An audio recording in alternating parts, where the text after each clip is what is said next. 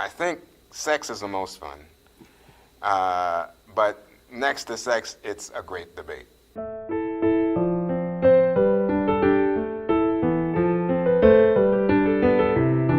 Hi, I'm Juan Williams. I'm a journalist. I'm an author. Currently, I am the political analyst for Fox News Channel. Muzzled is the story of my firing from National Public Radio for making comments that they deemed to be bigoted and offensive, and led to them demeaning me as not only a bad journalist, but a bigot. NPR fired me in 2010 after I had appeared on Bill O'Reilly's TV show, and in the course of a discussion about the placement of a mosque at Ground Zero in New York, in which O'Reilly had gotten himself into some trouble by saying Muslims are to blame for 9/11, and then people saying, well, no, it wasn't all Muslims, and he said it wasn't all Muslims. He's talking about the people who were in the planes. And I said, well, you know, Bill, I'm not going to play any politically correct games with you. I don't think you went wrong. I mean, the people who were in the planes were Muslims. I don't think you can ignore that fact. And not only that... I mean, look, Bill, I'm not a bigot. You know the kind of books I've written about the civil rights movement in this country. But when I get on a plane, I got to tell you, if I see people who are in Muslim garb, and I think, you know, they're identifying themselves first and foremost as Muslims, I get worried. I get nervous. Now, I went on to have a more lengthy discussion about, well, you know, we need to make sure that we're not violating anybody's religious liberties. That's part of our essential American character and Constitution.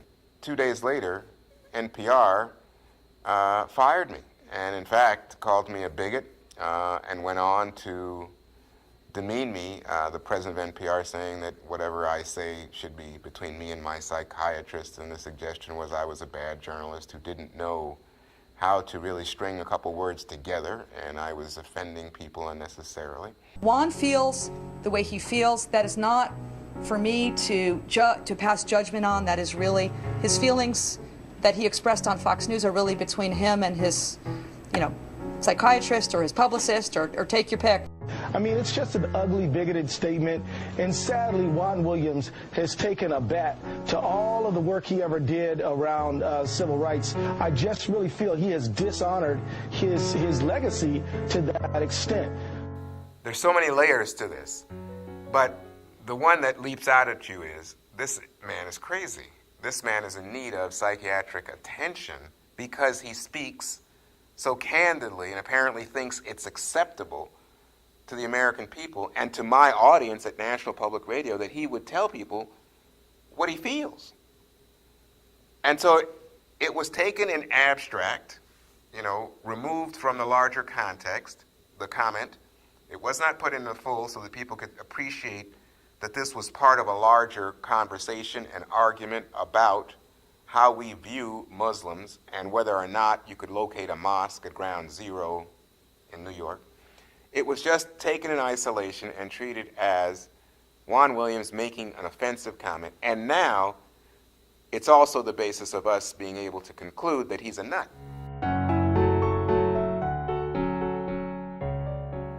You know, the state of debate and discourse in the United States today is at the moment in drastic need of attention and support for the whole notion of free speech.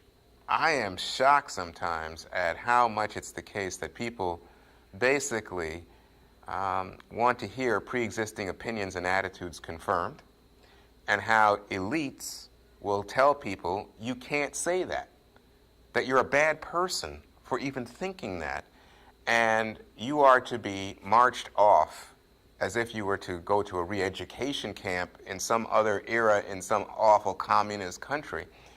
And they do this apparently thinking that they are in the right. They're self-righteous about it. You have the educated class, especially at our colleges and universities, who for some reason take it to themselves that they are going to be protective of these young people to the point of shielding them from ideas and actions that are potentially offensive.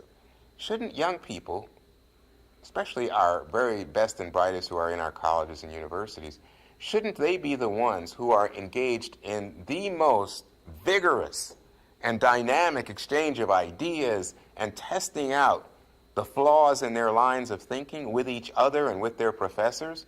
Shouldn't they be reading everything they can get their hands on? Shouldn't they be engaged in the most lively and wacky and sometimes even offensive debates? Because that's what your brain needs. So when I look at the state of debate and the free speech on college campuses, I find it chilling. I think, who came up with this idea? It's such a poisonous idea when you think of the vine of human knowledge. This could kill us. Well, literally, you could not have had a civil rights movement if people were not allowed to speak out and speak freely.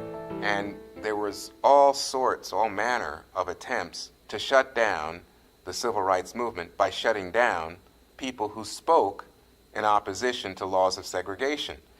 And if you'll recall, the seat of so many civil rights activities was in the church. And there's a reason for that. The church, in a sense, was protected space for free speech, and especially when it was clothed in the language of the gospel. But it was delivering a message of liberation, and it was, in fact, reaching across racial lines because of the common vision of Christianity.